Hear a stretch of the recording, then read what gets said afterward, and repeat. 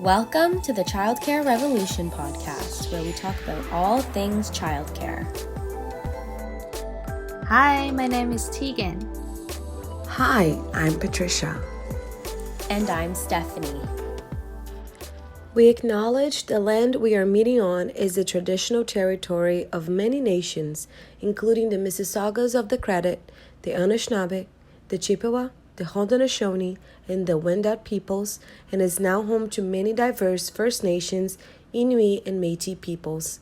We also acknowledge that Toronto is covered by Treaty 13 with the Mississaugas of the Credit. I have a virtual background on my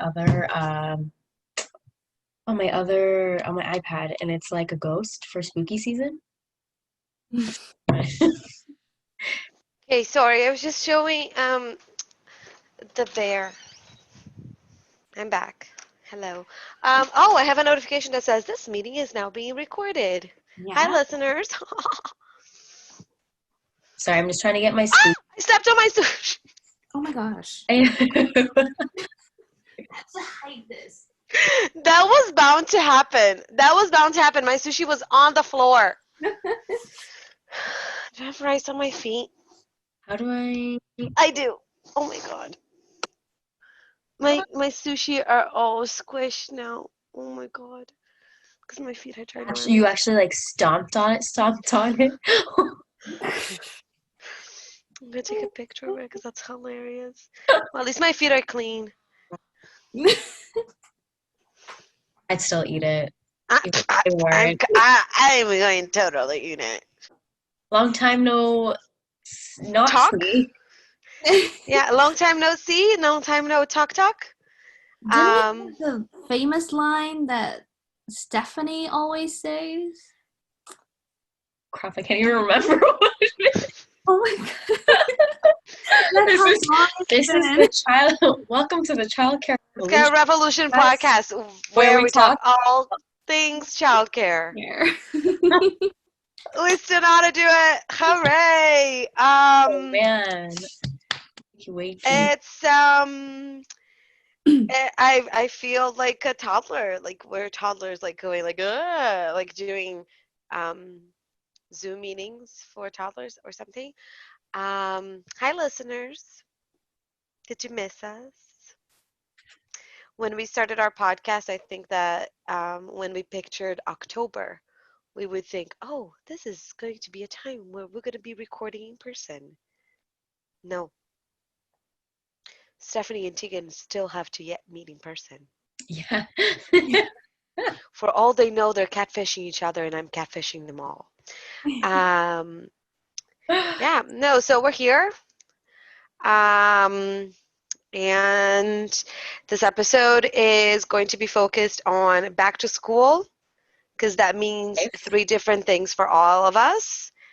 And we're going to talk about ECE Appreciation Day and the campaign from the AECEO and from the coalition. And we are also, I have a really good childcare story. So stay tuned for that.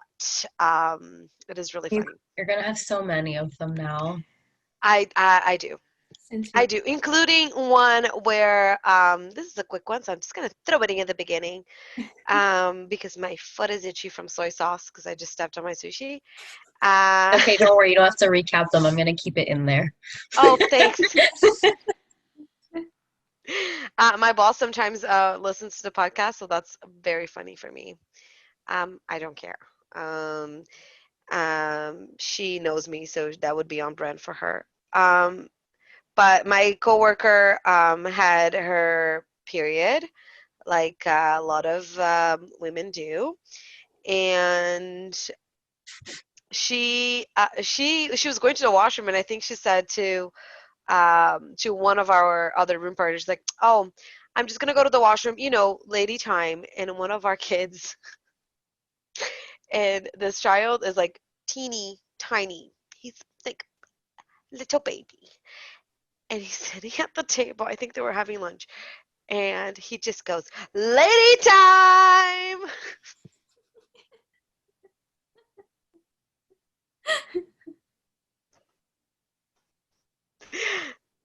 I can't. And I've been waiting for my lady time, and it hasn't come because I really want to use that in my own context. Lady time. But anyways, welcome to the Childcare Revolution podcast, where we talk about everything. I miss that so much. Oh, It's pretty great. There's some things that are pretty shitty, but it's pretty great. let's make up for it hopefully a little bit. Oh yeah. Oh yeah. Yeah. Good. And I'm very lucky. Like I'm in a good center. I have like today I had 7 children and 4 staff. 3 because my coworker went to the doctor at 9. So I came in a little bit earlier, but 7 children. Like what? You know? So it's been really great to have like be able to do one-on-one time with all of them. Does my taking over the entire conversation mean that I'm the first one to give the update? Yeah. So I have been back at work since July 13th. July 6th, but July 13th is when we had children. In July and August, I had my old children who are now in JK. I had 8 of them, and it was always just me and one of my room partners. And when we started September with a new group of children, it was decided that at least for now, our max is going to be 12 children. And we'll continue with 4 staff in our room, but instead of having 3 ECEs and 1 assistant, we have 2 ECEs, 2 assistants. And like the way we do our prep changed, like we do prep inside the room, but both assistants are there. So if the children need us, they need an adult, there's adults there to give them attention while we're doing our prep, and it's working out really well. I had 1 child start today because someone else had pulled out, and I have another child whose parents are waiting for the numbers to go down to send him. And I'm like, girl, you're gonna be waiting for like 3 years. Go down as in like less than 7? No, the numbers of COVID. Oh. Well, sorry. That's okay. No, but that like when we think numbers, we think numbers of My face children. is red now. So it's given us this, like the first month has all been like this teeny tiny group, and we're getting to know them so well, and so many of them are siblings of other children in the daycare that we already know. So we have this opportunity to reconnect with families who already know us, who already trust us, who know what our work is like, because I know that right now it's like, should I send my child to school? Should I send them to preschool? Like, isn't it dangerous? Are they going to get sick? Am I going to get sick? Like, I think the parents are thinking a lot about that. And the parents that we had before are like, oh yeah, I'm sending them. Like, and that felt like such a vote of confidence and of trust in our work. We did, before they started, I just found a sheet protector from a binder, and look what my cats did to it, because cats love eating plastic. Oh, delicious. Dinner time. Yum. Good job, Luigi. Anyways, before they started, we did a orientation Zoom meeting. That was my idea. And it went really well, and we looked super profesh because we've done so many meetings because of the AECEO, because of the community of practice, because of our podcast. So I was just like, I am a great Zoom host, better than I am a in-person host, because on Zoom there's no sushi on the floor for my guests. But that was really fun, and we also did visits. We went to the kids' houses and like saw them from far away so they could see us, the family could meet us, because we're not there drop off, right? Because they get dropped off at the screening spot, and then they got walked into preschool. And then we're trying to do the end of the day outside always, so we can see the families. I don't know how long that's going to be able to last because of weather. Because not only is it going to get cold, but it's also like it's going to get dark really early. 5 And o'clock. even though our playground is pretty um it's like enclosed, right? It's like a fence. It's still like spooky. Like I don't know. I don't know how we're going to do it. Um it's a bridge that we're going to have to get there to cross it. But the first week we had the kids too, the school wasn't back yet because the start of school was delayed by a week. And the experience was very different because the space was all ours, right? And the school being back has been a little stressful. Um, our daycare and our school have had their challenges in their relationship. So I worry about that a lot. I worry about things like what if because we share the same playground as kindergarten, right? So I'm like, what if a group is outside on our time? Am I gonna have to go and confront the teacher? Because technically that's what would happen. I would have to go to the teacher and the ECE and be like, hey, it's preschool time now. You got to get out. We can't share the space. Because also we're lucky enough that we have staff that sanitize the play structure for us. Nice. So after the JKs and SKs go inside, they sanitize it one more time. Like they sanitize at the beginning of the day too, I think. So it's like there's that too. And then in the morning, we only have half an hour in the playground, which is not enough. But we're making it work. We're rolling with the punches because that's what ECs do. Um, and Even yeah, though so we're back with, sorry, go on. even though it literally goes against what the kids are supposed to be getting, Yeah. at least 2 hours. But it's the kind of thing that it's like our kids, because they're there all day, we're able to fit the 2 hours at the end of the day because we're going outside between 3:45 and 4 o'clock. So if they stay until 6, they get 2 hours. But we've been very diligent with staying outside. Like yesterday it poured and we were outside for a good hour and a half. And then the kids started getting cold and we're like, okay, let's go inside. And We got a guest. it's the baby. Hi. I call her baby. She heard, hi, baby. Just the way she opened the door and just like walked in. Mm, my room. Yes. Sorry, I So cut you off. cute. So cute. I'm so distracted now. But yeah, so like that part of like the parents not being able to come into the school, the parents not being like having to ask parents to put their mask on. Like that's super awkward.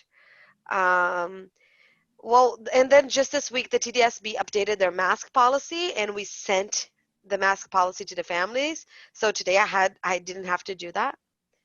I didn't have to go like, hey, by the way, you need to put your mask on. Because my kids wear masks, right? So my kids are 2.5 and 3, and they wear masks when we're inside, unless they are eating, sleeping, or just sitting at their tables. And we're trying to avoid sitting at the table as much as possible. For now, what I'm doing is when we're transitioning to outside, I have them sit, like they go to the washroom and they wash their hands and then they go sit at the table. And then I come to them with their baggies for their dirty masks. And I bring whatever outdoor things that they have to bring. Because if they all go to the cubbies, there's no distancing, there's no masks, and children need help.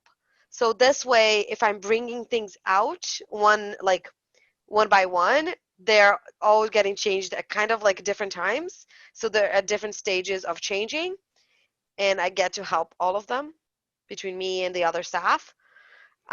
It's working. I don't know how it's going to be when we have snow pants and boots and stuff like that. But again, another bridge we'll have to cross when we get there. because that's been education and childcare in general for the past 6 months. It's, I guess we'll figure out when we get there, because things are changing like on the go. Like just today, they changed the policy. I think it came from public health that like for children to require a test, they have to have, like if they have just a runny nose or just a sore throat, it's fine. But if they have that and a cough or that and a fever, then they have to get tested. But they have to stay home for 24 hours. I don't know. But I've had children that stayed home all week because they had a runny nose. And I really miss them because we have too few of them now. What else? We still are not allowed to put laundry in our school. And I think now the daycare doesn't have money to put laundry in the school anymore because we only have a third of the children we usually do, if that. And we need all the staff. And most of the daycare's revenue goes into salaries. And we need all the staff because we need to do the cleaning. We need to do, we need to be able to, for one of us to be away. So they're trying to keep us like, if one person was by themselves, not our room, but most rooms, the other person could go on lunch on like a PA day or something. Or if someone is sick, like where those kind of things are really tricky. We don't have supply staff. We have one. And it's the kind of thing that like if someone gets sick and that person covers it, but someone else in another room gets sick, would that person be able to cover it? Because she was just in contact with another cohort. So it's just like these things that are really hard to figure out. We changed like our menu to make it like, because let's suppose we were getting yogurt for a snack, for example. We would get the big tubs of yogurt and the kids would have it in bowls. Now we're getting the individual yogurts and we're going to rinse them out and recycle them because there's just so much toy cleaning to do, so much sanitizing of the rooms to do, that there's no time or space or energy for dishes.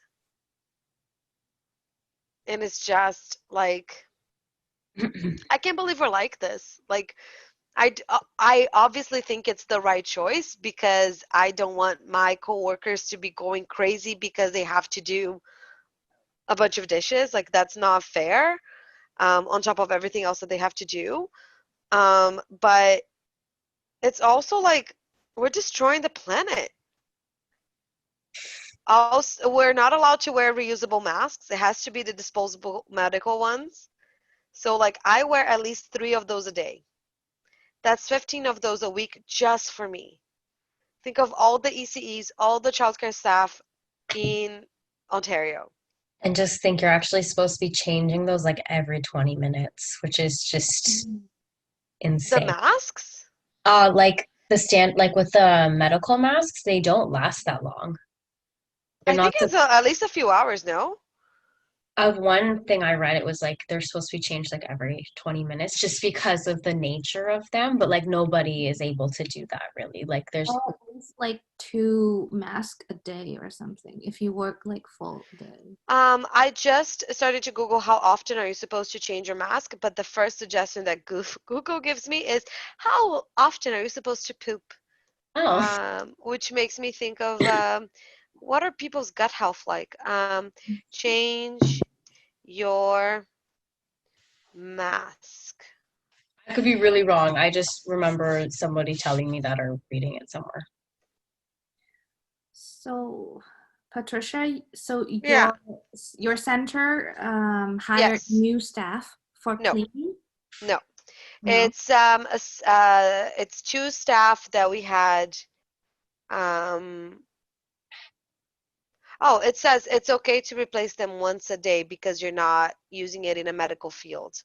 Okay, that's good to So, know. like, if you were a surgeon or something or a nurse, then I think you would have to change it more often. Okay. I worried that for a little bit, like 20 minutes. Oh my god. So our daycare usually had at least one extra person in every room from the minimum ratios. Mhm. And then with the reshuffling, in the summer we had 2 staff that were moved to be cleaning crew, the germ busters, as we call them.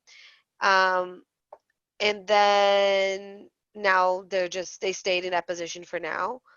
And they're responsible for toy washing, sanitizing the outdoor areas. We are also collaborating with the school to get washrooms sanitized. Um, and yeah, and they're doing awesome, like an incredible job at it. They're being so patient. They're being so strong and so resourceful because I know they miss being with the children. Um, and life just handed them this really hard hand, and they're taking it like pros. Um, but yeah, so no, we haven't had a new staff. Like we had some people who left the daycare since March, but we haven't replaced them because rooms that used to have 26 children now have 13. So even if we wanted to put more people in, we wouldn't have the money to do it. Because also our daycare doesn't pay $17 an hour to ECs, which is why I'm there. Well, not just that, but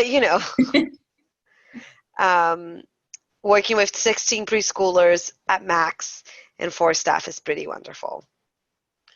Especially because you know me, I like to do things, make things, create things, explore things. So having more staff allows me to do that for sure. Yeah. Oh, how did that feel different from, I know, because like you had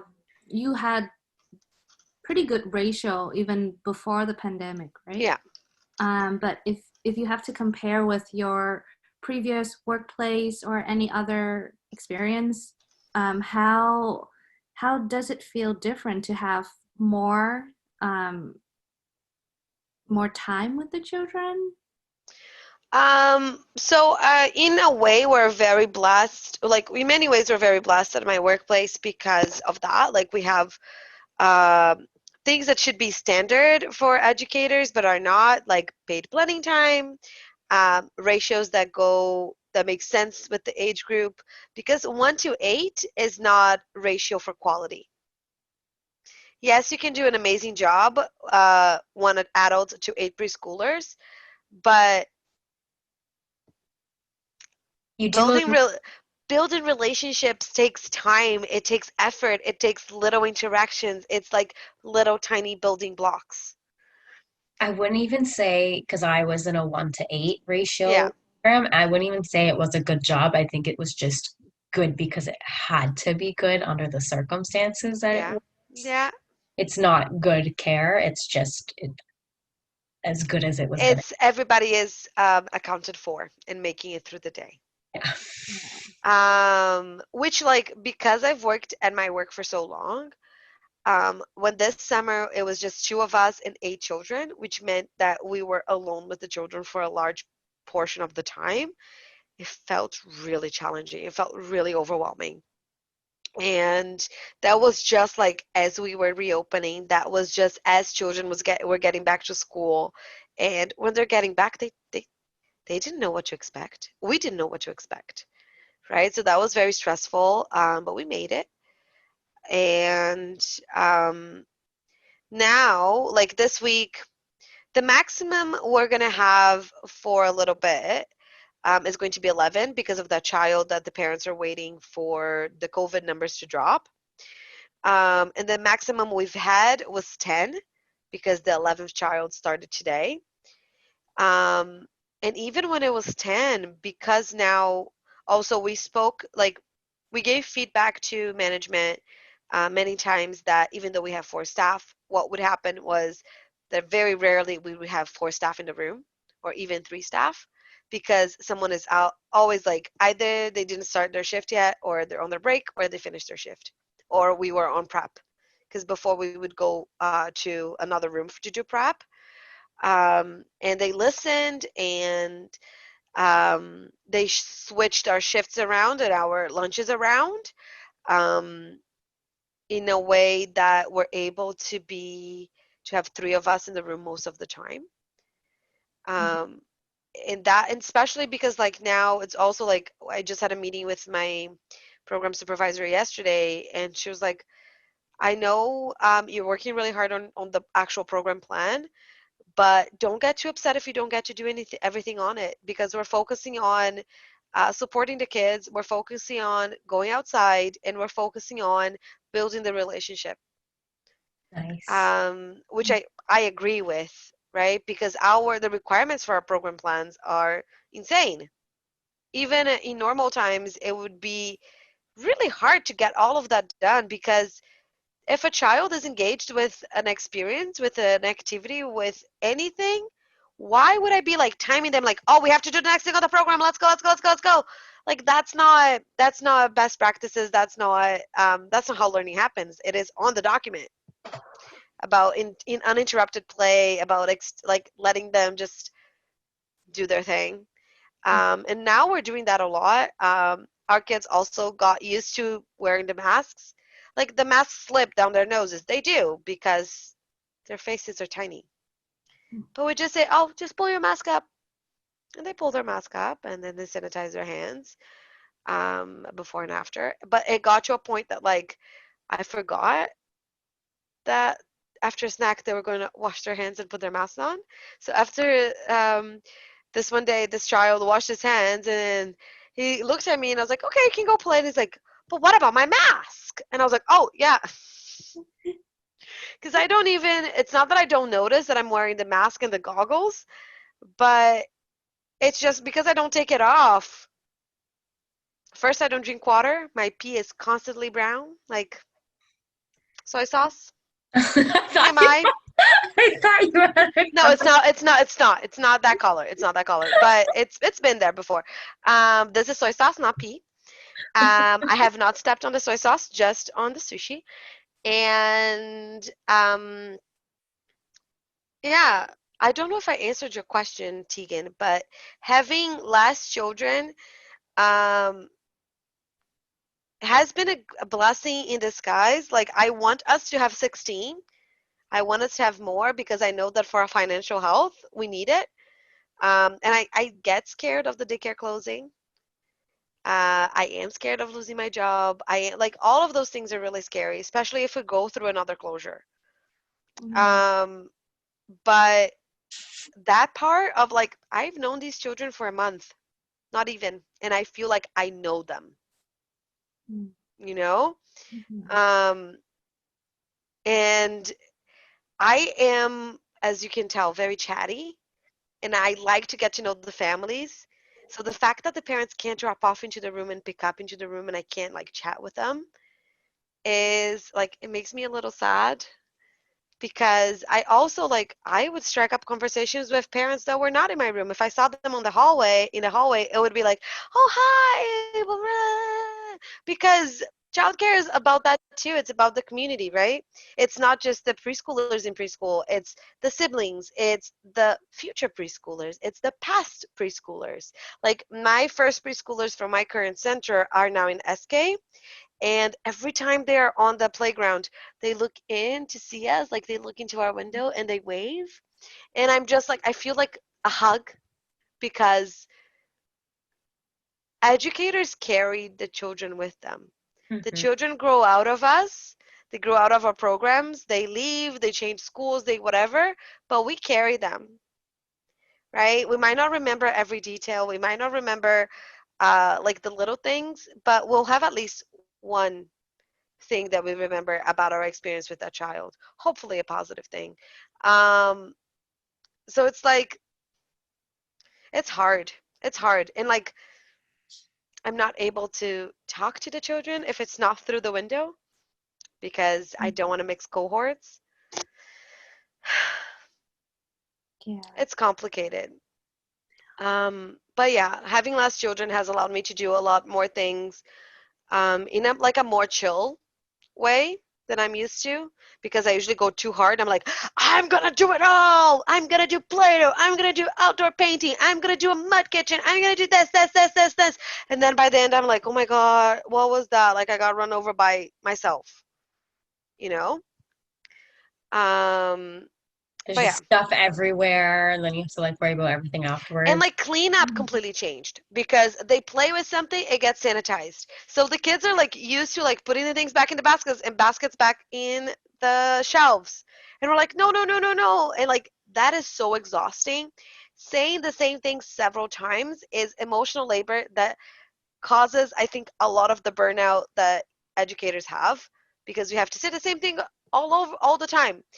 Hands to yourself, wash your hands, walking feet, like things like that, like the little things. And now we have an extra amount of things that we have to do, that we have to say all the time. Like, don't touch your mask if your hands are dirty. Don't, like things like that, that I never thought I would be saying as an educator in a preschool program. But here we are. Did I answer the question? Yeah, definitely. With a lot of details, which is really good. See, I got run over by myself again. Well, the reason I asked was because, well, we've been on meetings with our community of practice, and we heard like different narratives. Like Yeah. we heard ECEs who have to take on the new cleaning duties, and they felt like they didn't have time to get to the pedagogical work with the children. They Yeah. couldn't build a relationship. And Patricia, like today you brought a new perspective of how like having the support from your program would really make this time a positive change. Yeah. We can definitely do it, but we need the support. Yeah. I definitely see the difference because I know that I'm the minority. I know that I'm very privileged. I know that the children that are with me are very privileged because, not because, oh, I'm the best ECE in the world. I'm a really great ECE. I'm trying to get used to saying that because I'm not Say good it at saying loud things. and say it proud. Say it again. I'm not good at saying nice things about myself, but they're also lucky because we have the time, the energy, and the resources at least to be with them. We might be having like a shitty day on our personal life, but we have those three things that help us forget about that a little bit and get focused into our pedagogical work. And I just like that meeting yesterday that we had. We were talking mostly with FDK RECEs. We had some perspectives from different settings, but it was mostly that. And people were saying, like, I feel like I'm policing the children. I feel like I'm patrolling the children. Like, I'm telling them, you can't do that, you can't do that. And, like, I'm worried and all of that. And we had that a little bit in the summer. We had, I remember you saying that, actually. the summer was really getting to me because it was children who were used to our room before. Because that's the thing, the kids we have now, they didn't know what our room used to look like. They didn't know that we had a lot of costumes, for example. They didn't know we had a lot of clothes for the babies because our babies in the drama center are butt naked now because can't sanitize that in the sanitizer. So, but so like in a way that is nice because then whatever we tell them, that's the reality.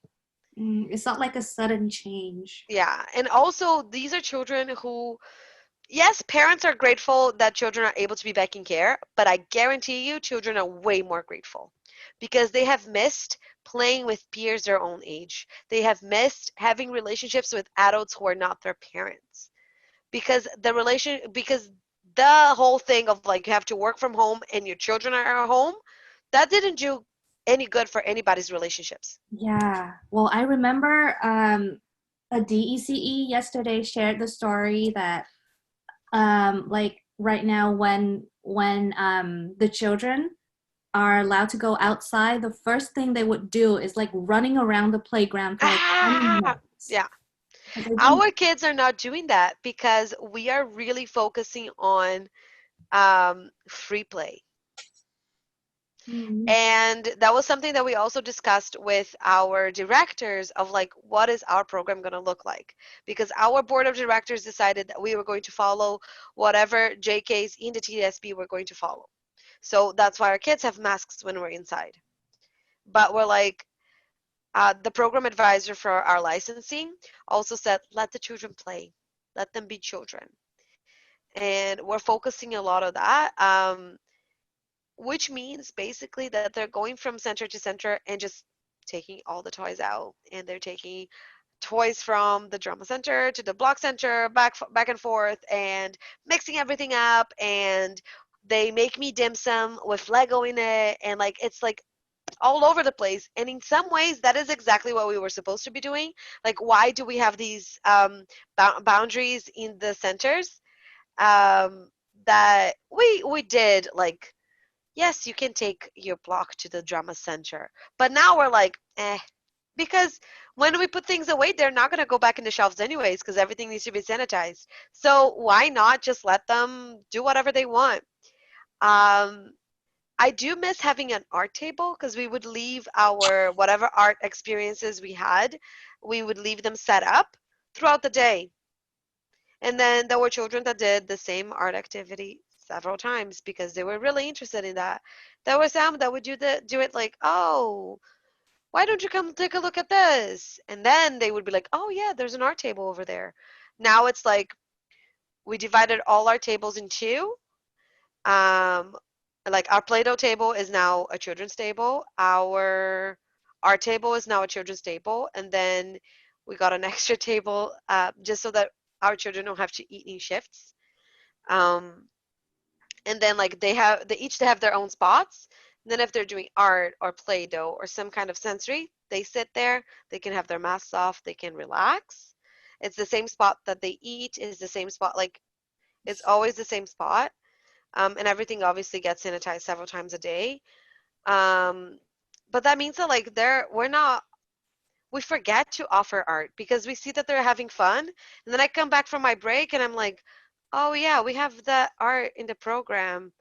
But then I see that they're like having the time of their life building the largest train track they can. Why would I be like, everybody stop?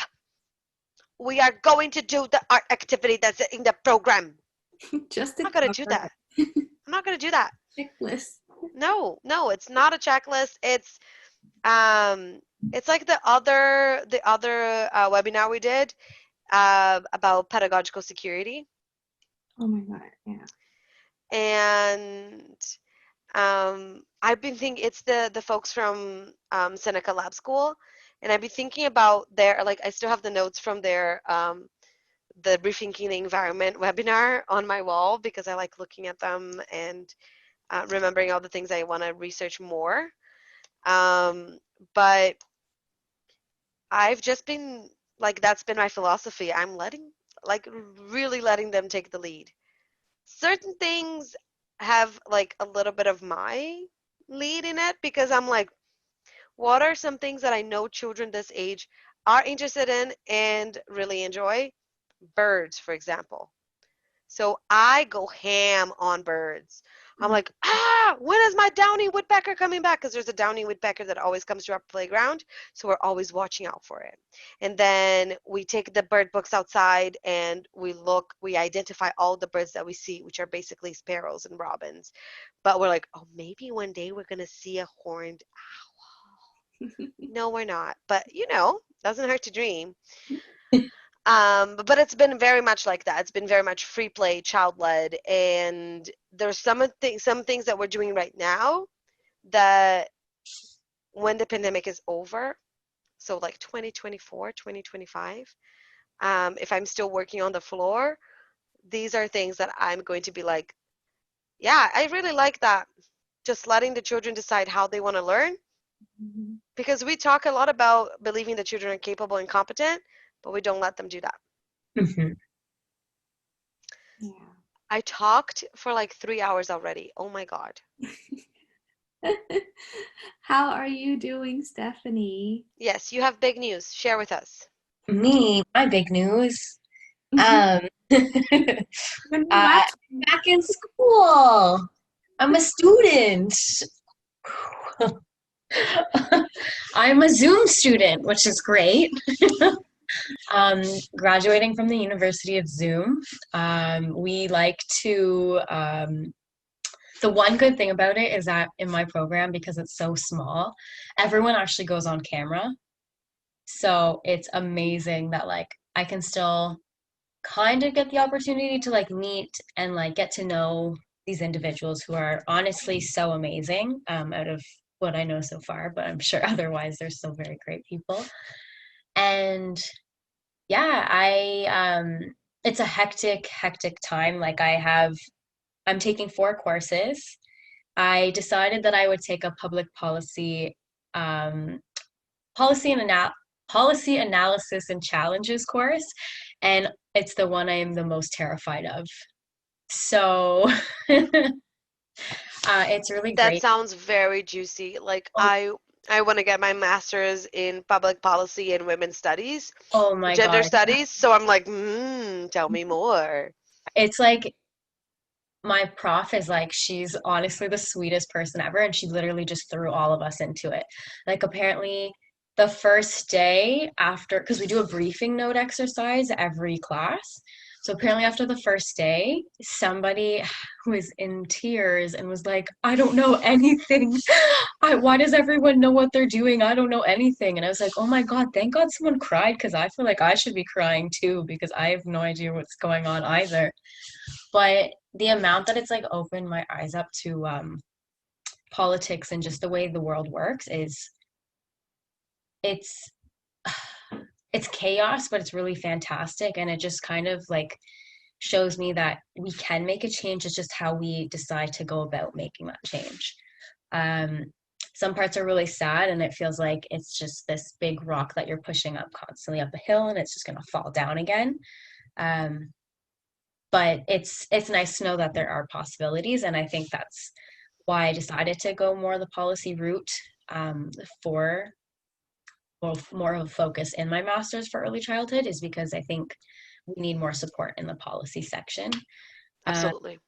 because our policies fucking suck. Yeah. And we have Okay. nobody like we have our advocacy groups that do like amazing work. It's just like we really need But it somebody. feels like we have nobody in government, in power, that is like, this is an issue that should have been fixed 50 years ago. Yeah, exactly. Like there are a few members of parliament who have childcare background, but like it's like 2 out of like how many? Like it's like nothing. So it's something that motivates me to do it. I also love doing stuff that I'm not used to, like early childhood. It just comes naturally in a sense because it's something that I'm so interested in. But doing the policy is something that I'm not used to, so it kind of pushes me a little bit harder. Just because it doesn't come naturally to me. So that's been always really good. My profs are absolutely amazing. They are so genuine, so helpful. We just get so much opportunity to discuss with one another and like have actual genuine talks about early childhood, our perspectives, what we're interested in. And then, yeah, so that's been really awesome. I also got a TA position, so that's been really cool too. Yeah, I was going to ask you about that. How is TA in Zoom University, and what class is it for? In Zoom. I'm doing a cognitive development position, TA position, and basically because the way Zoom is working, a lot of our classes, like I think across the board for all programs, we're doing a lot of the facilitating of the like seminars or the lectures. So we'll be given a presentation topic, and we're at least supposed to cover at least like a quarter to a half of it. Wow. So that's what they're doing, and I just get to facilitate and basically just like be with them and kind of like guide their learning and make sure that they're headed in the right direction. But they're awesome. Is it a paid position? Yes, it is. Okay, cool. It's university money, so it's really nice. The highest Because I've ever been you paid. because you're not working in childcare right now, right? Because you're doing school full time. Yeah, so I'm doing school full time. I'm actually only allowed to work 10 hours a week. Okay. So that's not a lot. And I still have my retail position too. So I'm doing Okay. that once a week, plus the TAing, plus full-time school. And then like obviously assignments, keeping up with like people in my life, And then our podcast that was abandoned for 3 months. And I abandoned my socials too, so I actually deleted Instagram for a bit because it was It just gets to be too much. I had to delete Facebook. annoying. I It's left just like I felt like my self-esteem just like went like especially after because we like especially after in the summertime, I think just before we stopped doing the podcast for like Mhm. a little while, not for any reason, it's just because it was just We just got busy. We just got tired. yeah. And And it I was think not, it was like a silent agreement that that's what we were doing because we did not reach out to each other. Our WhatsApp group was completely silent. And then I think it was it was last week. We were like, are we going to record? Yeah, And we it were was just like, like- I was just going to message you. I was just going to message you. We were actually supposed to have recorded last week, but I fell asleep. So it's just like it got to be too much because we were like on such a high for early childhood, like all of the webinars, the empowerment, and then all of a sudden when you're like this high, it's just like and then it felt like a big drop. Yeah. like nothing. And like Especially because we did so much work. We did so much advocacy work. We did so much fucking work. And then they announced with 3 days in advance that childcare can reopen. Are you fucking kidding me? and it Like was just ever since then, I'm just like, "Nyeh, no. and I think like all of us, I don't know if you guys feel the same. I might be speaking, I don't correct me, but like I felt like we were all not in a good place either mentally, and I think Yeah. it doesn't add well. Like if you Yeah. listen to our last couple of podcasts, it was literally so depressing because we were so mad. Like we Yeah. were just angry, and it was. Yeah. I think we feel a little lighter now that things are not that Well, things are I'm back good, with, but they're just different. Like it's or also we're used to it. yeah, it's a new norm. There's that too. There's that. And like for me, I feel better because I'm back with children in a setting and in an environment that I'm able to truly engage with them. Because when it was just the two of us and the 8 kids and we were alone for such a long time, I kept getting scared that like someone's going to get into an accident, someone's going to get lost, like something's going to happen. Because when you're by yourself with children, especially if it's more than like 2 or 3, I'm worried about that all the time. Because the kids are like, I want to climb on the fence, I want to go on the climber, blah, blah, blah. And I'm like, I have to supervise you. Ah! Now that I'm like chilling. Or you have like 8 of them and your drill sergeant. You're like, okay, everybody line up against the wall, and they're like, okay. Yeah. I hate that. I hate being a drill sergeant. Sadly, I got really good at that to the point, like, it was just bad. I never wanted. Anywho, it's just. How long is your program for? A year? It's a full year, so 3 terms. I'm considering doing my MRP. So I was. You don't have to? No, you could do a course stream or an MRP. MRP, for those who don't know, is a master's research paper. Yeah. We know because we know future Dr. Lisa Johnston. Go. I changed her name on my phone to future Dr. Lisa Johnston. That's awesome. She's so great. I My love one her. prof actually like brags about her all the time and all of her work because she's She's a badass. oh yeah. There's a lot of badass people in our sector. It's just that more recognition. What was I saying? I can't even remember. You were saying that you were consider doing your MRP in something. Oh yeah. So I'm considering doing that because it's a great opportunity. Like, when am I gonna get the support to actually like go out there and like research? And prior to this, I was talking to Tegan about it, and I just want to do it on environments. Like, I want to see how. I don't think the educators are to blame for how we treat children. There might be a few of us out there that aren't up to par, but just like in but the it's sense so that, systemic. It is so systemic. like, it's just like it's the fact that like we have so many things put onto us that like you basically eat yourself alive, and like you just become a mean person. Like, that's how I felt. I felt like I was just a mean person by the end of it. And because like the negativity and the toxicity, I think so. toxinous, uh, that you get stuck in it. Yeah. You get stuck in it, and it's very hard to be like, I'm gonna do a gratitude exercise.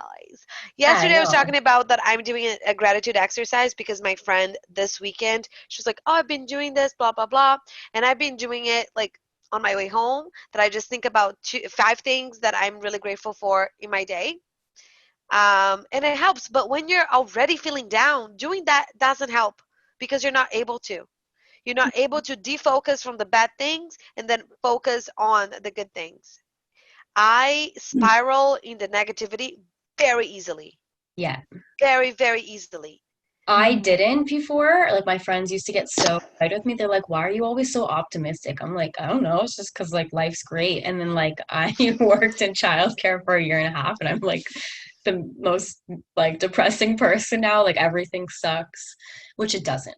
It's great, most of the time. But yeah, it's just like it's very hard to pull yourself out of. So like I really want to focus on like how the environment impacts educators, especially like their self-esteem and like their worth ethic, because Because you just we're not don't to blame. We're you not to don't blame. mean just the physical environment, you mean the context. Yeah. Right? So like leadership, the actual physical environment itself, because that does play. Yeah. Um, co-worker relationships or like co-partner relationships, and then like what's my last one? I don't know. My topic is very broad. Your relationship with the children, your relationship with the family, like everything is connected in Oh, early learning and in childcare. Nothing is isolated.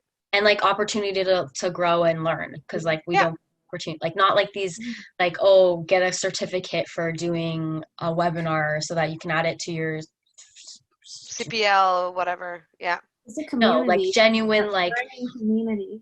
yeah, something genuine. Like I want to go learn about this about children because like I like this, like, and Yeah. it's empower me to be a better educator. That's what we need. Like That, for me, I say this mostly to myself a lot, is at my advocacy work, um, and for example, the documenting of my life with the children that I'm doing right now, that is for me. That is for my own mental health. That is so that I can remember what I need to focus on. It is not for, it's not even, of course, that if we have more advocates, that's beneficial for the sector. But there are times that I have to be like, fuck the sector, what do I need to survive? yeah. And usually that means advocating, because when you get involved in advocacy work, you meet people who are like-minded, Mm-hmm. right? And like, it's not that I Not don't even just meet advocacy though, but like the genuine interest to like learn something to new. learn more. Yeah. Yeah. Do that, Yeah. you'll feel that just resonate with you. Well, Because there's a lot of people who are jaded in our sector, and that is because the system is broken. That is because the system is set up to pit us against each other, to pit us against the school system. It is set up to like we have a college that their whole role is to policy us. When the College of Teachers is nothing like that. Not nothing like that, but that's not their only um, that's not the only role. Like, we have a very important job, a very demanding, stressful, emotionally charged job with this much recognition. Because the families and the children, they value us. Some of them are good at valuing us out loud. Because I have worked in settings that I wouldn't even get a good afternoon from the parents. And I bet there's a lot of VCs out there that could say, "Yeah, I've been there. I've seen that happen." Um, but we don't have recognition from society. I try not to interact with the school employees at the school I work at, because the relationship between school and daycare is a little iffy, and I get very uncomfortable.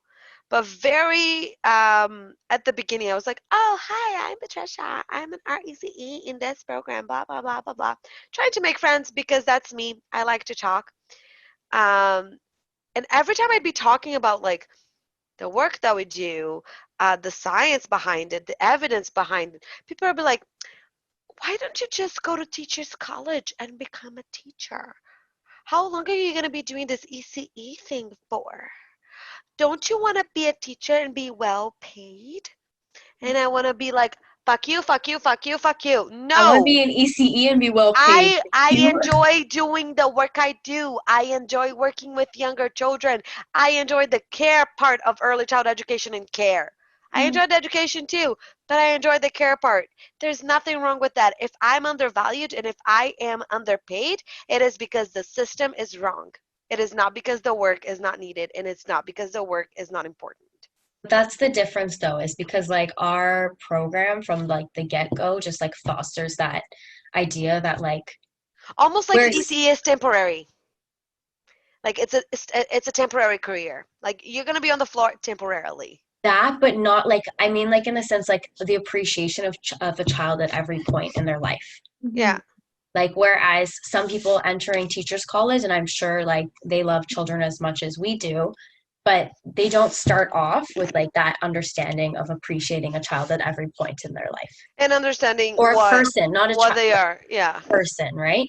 They might be like doing their undergrad in like, for instance, like law, history, anything like that, and then want to go to teachers college because they want to teach something, and that's great, but they don't where we're coming from, and that's that genuine understanding that it's not just, they don't go from like infant to all knowing. They go from their increments of knowing at their level.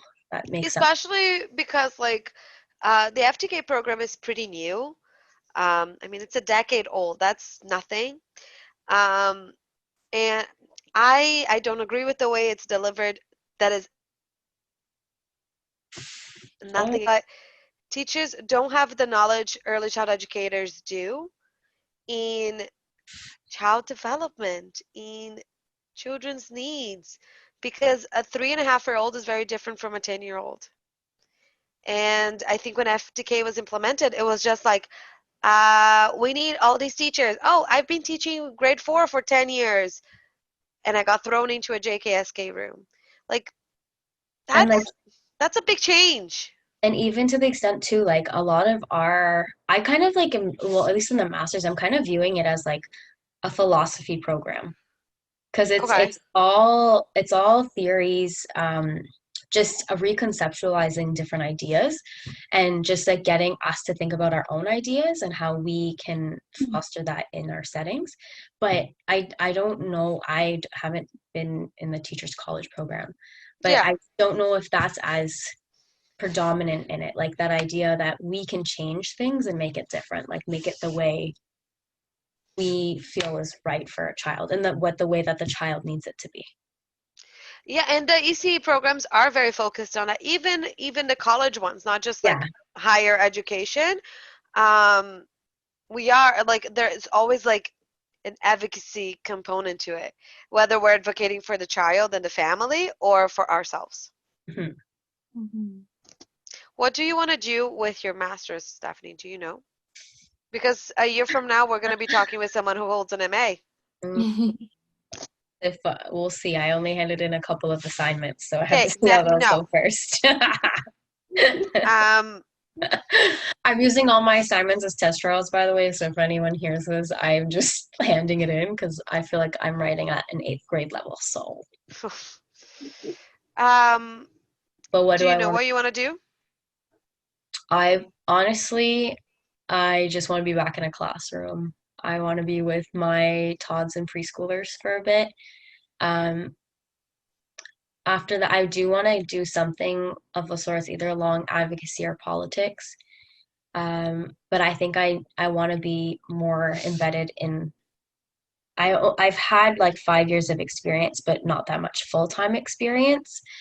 And I just want to be in that more. I really miss it. And I think we need people with higher education that has like that just a different attitude towards it to kind of stay in it, because I think at some points we just tend to leave and like go But we off tend to leave also because we're getting paid anyone. $17 an hour.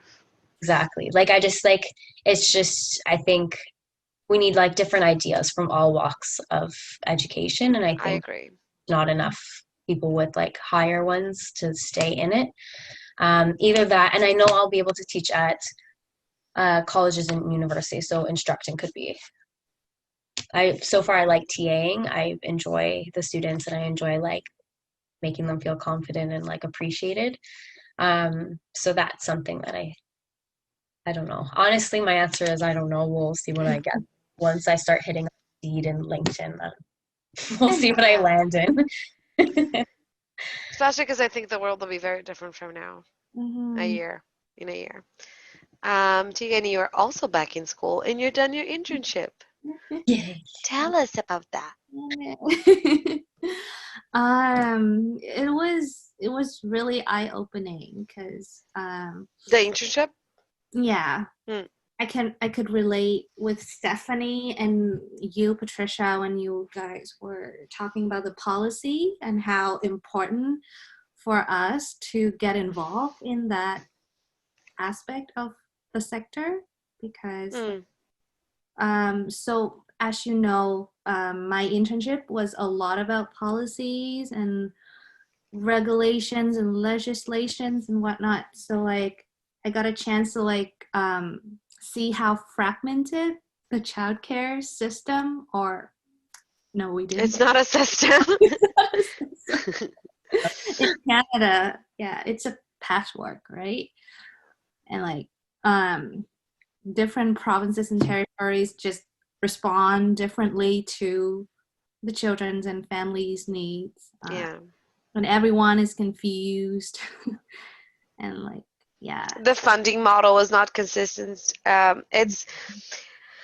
say this a lot, that Canada's status as a developed country is a lie.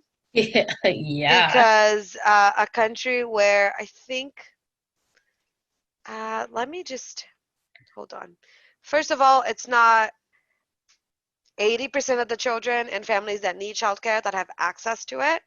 Like that's already like I don't know if you are that developed, Canada. Aren't we I'm like not even going to go into like human rights issues as genocide, taking over indigenous land to build pipelines, like stuff like that. I'm just talking about children's health and safety and access to education and care.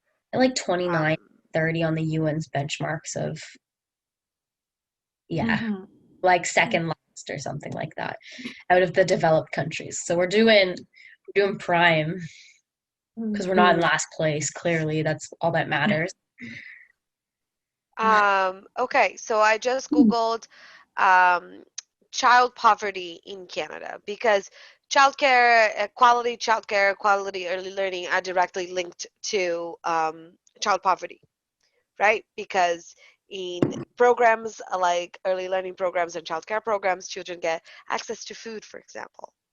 They have a safe place to stay while their parents are looking for jobs or getting education, and there's all of those components. And in Canada, we have 1 in 7 or 4.9 million people live in poverty. People, not children. But I have the children here too.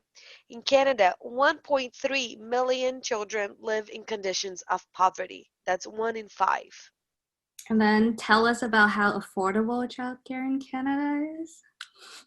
I mean, you see all the babies that I've had because I'm able to afford them with my early child educator salary, right? Because it's not just that, but just childcare isn't affordable in Canada. No. If you're talking about Toronto, rent isn't affordable, groceries are not affordable. Like, yeah, well, that's what I was getting. So like when I was looking at policy, because like right now I'm taking a social policy course as well, and it just like you can see how intersectional like every issues that we face in our sector is related to issues that other marginalized communities are faced as well, like women, because a lot of our workforce are women, and if we don't have affordable childcare, women will bear the cost the most. And then a lot of us are also racialized Immigrants. workers, yeah, including myself. Hi. And Patricia. So it's just like the multiple layers of injustice. oppression. Yeah. And like, Mm. I'm not saying it's an easy solution, but it would solve so many of the problems. Universal childcare, high quality childcare that comes attached with decent work for educators would solve so many of the problems. Especially after a pandemic where so many people lost their jobs. Yeah. I think like sometimes people think we're like living in a utopia mindset. We're like, oh, universal childcare is going to solve every issue. Obviously not. We can't solve everything, but we can. It helps try. a lot. Like, why can't we try? Like I'm like. Ask the countries who have it if they have a problem with it. They don't. Ooh, we're socialists. Oh my God! Look at me. I look just like Karl Marx. It's the beard. But my hair's too straight. I need like my hair's too short. This was my beard. But basically that's it. Like we're fucked no matter where we look at. Tegan, that must have been like, how are you emotionally dealing with all of that? With all that information? Knowledge. Yeah. I guess how I've been silent was a result of it. Like it was overwhelming. Just like you started to see so many issues and you don't know where to start. And how to fix it. Yeah. Because me just as an individual, there's not much I can do. Mm-hmm. But then, this is a point when everything started to get better. When like, okay, I see that that's a lot of layers to it. But then I started to attend like webinars, like advocacy webinars from other communities, and like I started to see like how still in Canada or in other countries? In Canada. Okay. Yeah.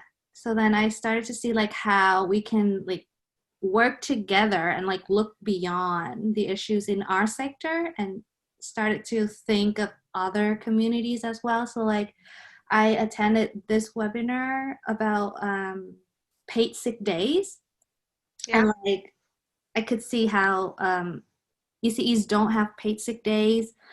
Other frontline workers don't have paid sick days. Migrant workers don't have paid sick days. And everyone like share that struggle, and like that amplify the voice of our sector in like the relation with other also marginalized or communities, undervalued communities. So more empowering. Like, did it help make you feel a little bit better, at least? That I think so, because like I feel like there are other people out there that fight the same fight with us in a sense, in a different way, but it's the same fight. Mm-hmm. Especially because a lot of those folks are also in care work. Care work is mostly women and feminized folk, and when I think about, because I landed in early childhood education by accident, and sometimes I go into a reflection of like, it wasn't by accident, because if you think about all the other professions that I wanted to do besides being a writer, because I went into journalism because I wanted to write novels. That doesn't make sense, but that's what 17-year-old Patricia thought. That's why I hated You're journalism gonna have a school, lot to except for write the about. but I wanted to I wanted to write like young adult novels, like The Princess Diaries, because The Princess Diaries helped me with my teenage depression. Um, but um, all the other careers that I considered, nursing, midwifery, ECE, teaching, all of those are, all of that is care work. All of that's dealing with people, and it is exhausting, and it is hard, and it is undervalued, but I can't do anything else. What am I going to do, work in IT? I can barely turn on my computer. When things break, I blow on them. That doesn't sound right. Just like That's you why I used to blow, appreciate, like, yeah.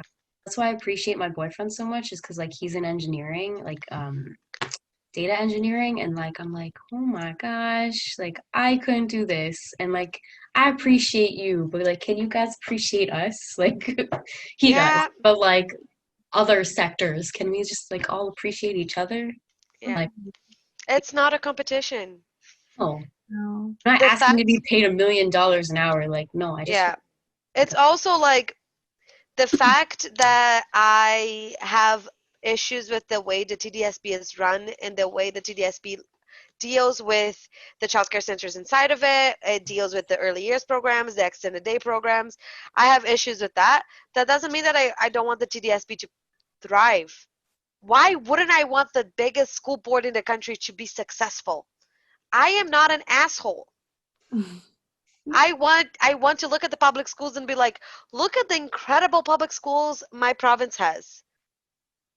But it's not. The schools are falling apart, especially in lower income communities, and it's systemic.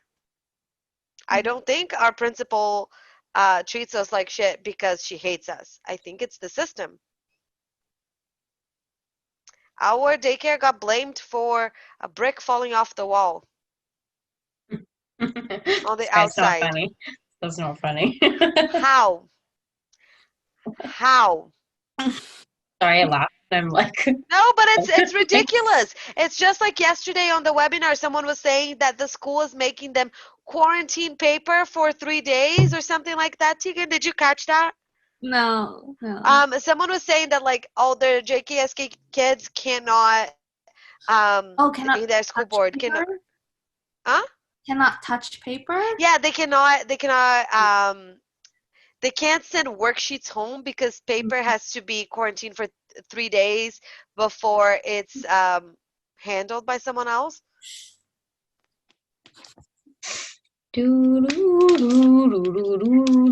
No, no. Anyways, go on, Tegan, because I keep interrupting both you and Stephanie. I don't know why you guys accept me into these meetings. What were we saying again? I have a lot of feelings, and I got home and my boyfriend wasn't home, so now I need to talk to people. your life, Tegan, you being in your last year. Oh yeah, I'm in my last year. Oh yeah, that's true. I am in my last year. Do you know what you want to do with your degree when you're done? Yes and no. Like I have things that I want to do, but I kind of think like things gonna change, and I'm not gonna stick with my plan anyway. So Yeah. I keep it open. Plans have to be made in pencil. Yeah. So I really, cause like, so I haven't done the diploma course. That's why I'm not a An registered RC. yet, and I haven't had that experience to really like work full time as an ECE in the sector. So I think, and I strongly believe that that will be a good experience for me to have. Yeah. I don't Regardless. think. Oh, yeah. Like I don't think realize how applicable our job is to so many other positions in life. Yeah. You're doing everything. Like Yeah, and it's at first I was like, oh, I want to get my master's or I want to get the degree in ECS or ECL, but I can't because of immigration like issues. But as I grow older and I learn more on the job, I'm like, I am really glad that I was forced to take that pause.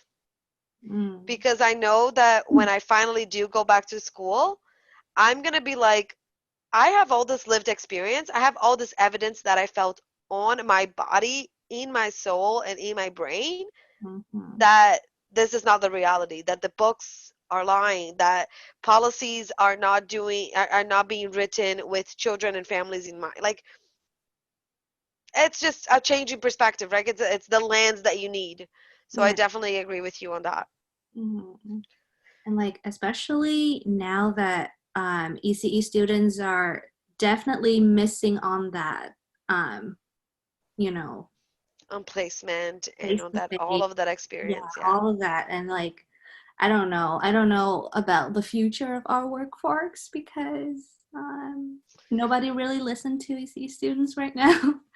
And like, they're just dropping out the program because like all the reality. I think that if I was an ECE student right now, I think I would probably defer my education, like delay. Yeah. Because that's a really big reason to do that. Well, at least for mine, like you had to like be like really suffering in order to defer, which I get. Well, but not getting placement, right? Like placement is such a huge part of our learning. And like not like, especially the reality that the work is not valued. So why do I have to go through school for that? Yeah. And how competent and how not knowledgeable, because you can get knowledge from theory, but how prepared will those future ECEs be for the job? Yeah. Because so many of the things that I do every day, I learned from watching ECEs at placement. Exactly. The mentorship. We need to start a Keeping Up with the ECEs TV show. And then that's how the new students are going to learn what being an ECE is like. Oh my God, that's our next project. We should have a show about ECEs. Right? Where's the funding coming from? Where's the camera work? Where's Puya? Yeah, right? Gonna follow me all day. As I go, the itsy bitsy monkey went up the coconut tree. Down came a coconut and bunked him on the knee. I would watch it. Me too. I think I always think that a TV show similar to The Office, but the daycare would be really entertaining. I think I actually used to do that at my old center because there was actual cameras and they would watch us, and I think I would just like I hate that. And I'd just be like, just I hate that. Like, I say this, but I want the show to be fictional. Children in ECs cannot be watched on camera. Holy micromanaging. Nobody, they get like, okay, for instance, parents and like, I guess the supervisors and stuff, they'll watch it a lot at the beginning, and then after that, nobody watches it. So like, Yeah. And like when the parents would But what if like you fix a wedgie and it's on camera? No, but like, listen, like, do you want to know the time that they would be watching? And it cracked me up. They would be watching when the children were sleeping. They would tune in to watch their kids sleep. And then they would ask me questions like, why is their bed over there? I'm like, out of the whole 8 hours that they're here, you tune in at nap time. Not you. I had a family at my old daycare that did not believe that their child would fall asleep by themselves during nap time. So I could see that happening. But they don't fall asleep on the weekend. That's super fucking common because you don't have 16 children at home. So your child is super tired when they're at childcare because they have to interact with a bunch of people. Tegan, when you go into the field, are you ready for this? Tegan, come work with me. Oh, I wish. Maybe when you graduate, we'll be hiring. If we haven't closed, and then you can come work with me. Oh my God. Yeah. but that's my plan. I Just think that that's a very sage plan. thank you, Patricia. Well, you already are, but you're going to be an excellent registered early childhood educator. I agree. Trying my best. But yeah, but like I think eventually I will like doing advocacy on the side probably even when Kind of like what I do. yeah because Yeah. I feel like it goes hand in hand, and having that community of practice of advocacy Has saved my brain. really yeah Yeah. you have people to listen to your truths that the government isn't listening. What do you think about the throne speech? I will believe it when I see it. It's a promise. Yeah. Yeah. Because for me, it's like when you say, we are going to, like, because of course the throne speech is not that, but it's like if you go to me and you say, we are implementing for sure, like 100%, it is happening, universal childcare in Canada. To me, like when that happens, I'll be like throwing my birth control away. Like it'll be like, yeah, baby, let's make the babies. You know, I can afford that now. But I am going to be holding on to those bills because I will believe it when I see it. Sadly, it's such a divided topic. Like, I know I shouldn't, but after like the speech But and like why? going to like CBC News and stuff, I read the comments on YouTube, and there's always that one person that goes, if you can't afford to have kids, don't. And I'm like, Someone could afford to have you, apparently, and that was a yeah, waste of space. all humans.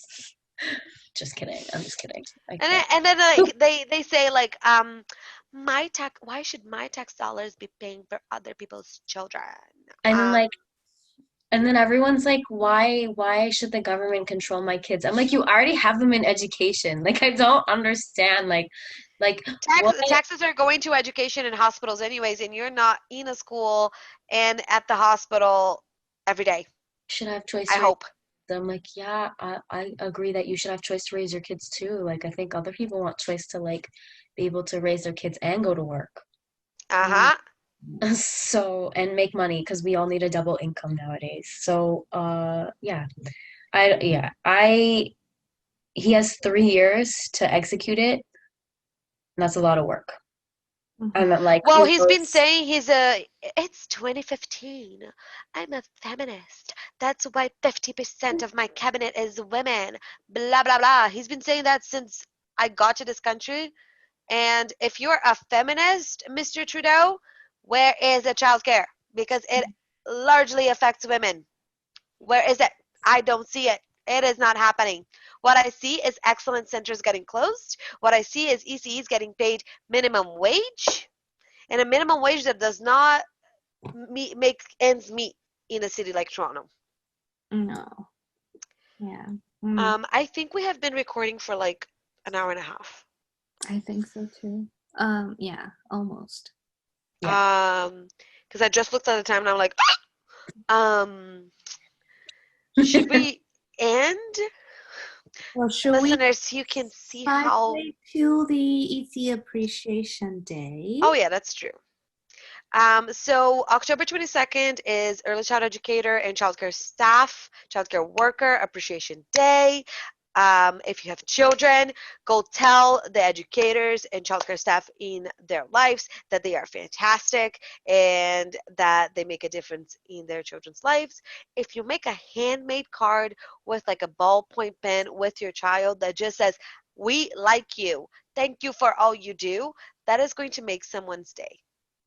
On my storage system here, which is the floor, I have a few cards from the children who just graduated preschool, and I read them with quite a lot of frequency because on hard days, it keeps me going. So a little card, a little thank you, a little, "You're awesome," makes a huge difference. But also, we are at crucial times for our sector and for the world. And the AECEO and the Ontario Coalition for Better Childcare have launched a campaign that is called Rising Up for Childcare, Rising Up for ECE. This goes back from January, I believe, when we did the Childcare Uprising. Yes. Mhm. And it's when we met, Stephanie. Oh my God, yeah. Oh my God. And it is also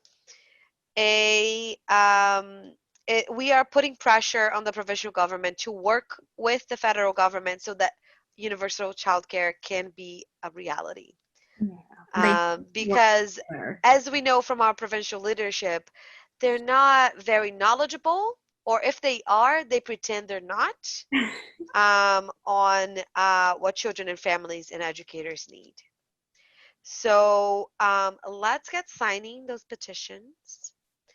We'll Because have a a link in the message, bio as well. yes, Mhm. because because the message goes to Lecce, it goes to Ford, and it goes to your MPP. And we need as many people on our side as we can get. Yeah, it's a crucial time to keep the government accountable, Yeah, especially the provincial one, because we're under their because vicious. they fucking suck. About the story campaign. And also part of the Rising Up for ECE campaign is ECEs and childcare workers are sharing their stories, positive stories, sad stories about what it's like to be an ECE and to work in childcare. Because if you're watching this or listening to this and you do that, you know that there is a lot to unpack.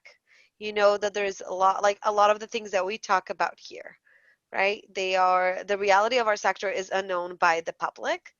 We'll post links to, I think that over the next few days we'll get our shit together Well, and yeah. I see the dog paws.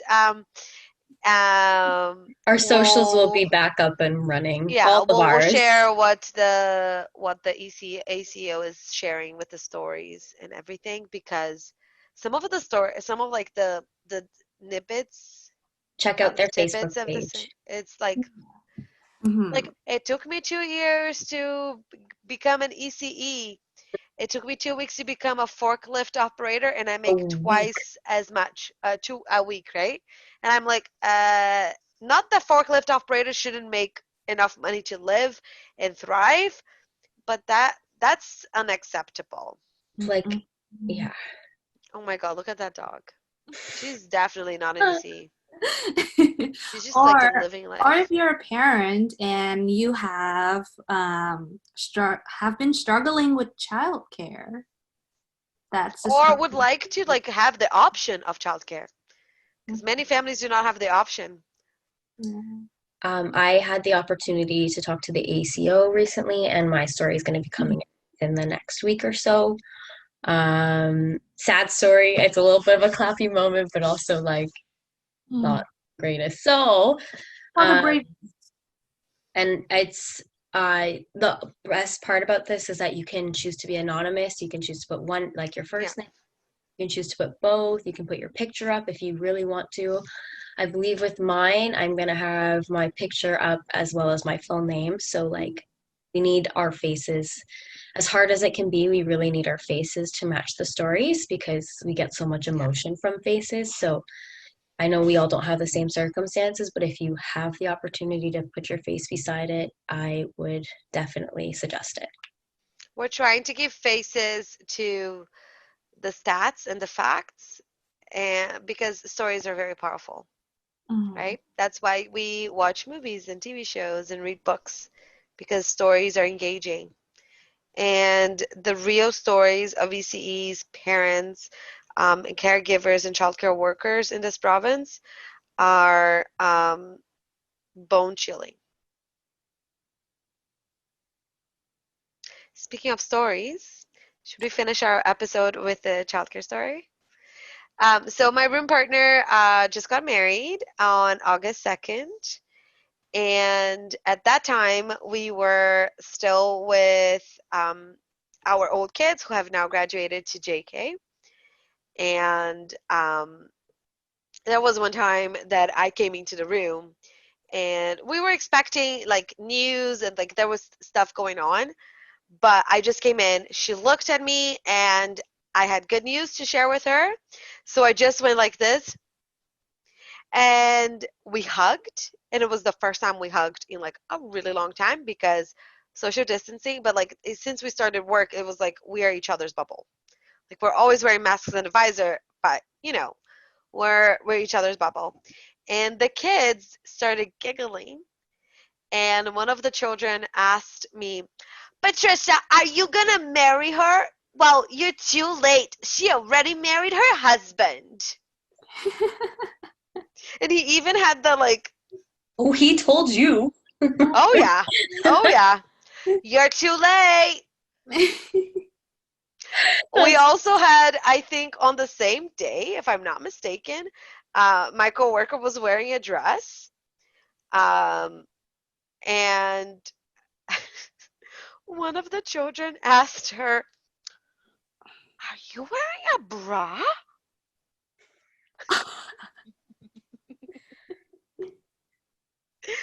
Because I guess he never sees her in a dress, like usually shorts and a t-shirt or pants or whatever. But it was a nice day. It was the last day of preschool, like whatever. She had just gotten a haircut. And I spoke to that child's mom, and she's like, yeah, he's very interested in bodies right now. And I'm like, yes, they are. But I just thought the story was funny and you would appreciate it. And she did. Yeah, I love children. I love children. I would love to not be forced to stop working with them. Amen. A woman.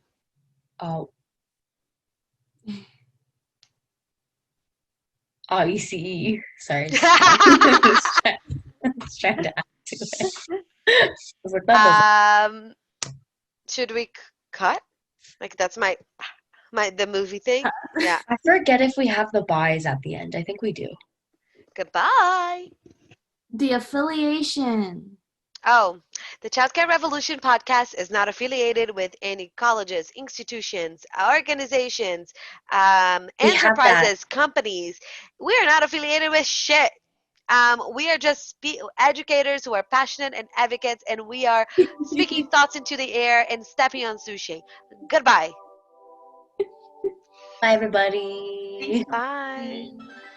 We won't be gone for 2 months. See you I promise. in hopefully 2 weeks. The Childcare Revolution podcast would like to remind our listeners that we are not affiliated with any colleges, universities, associations, or institutions. We're just a couple of passionate educators speaking some thoughts into the air. Thank you for joining us. Please like, follow, and subscribe to listen to more episodes of the Childcare Revolution podcast.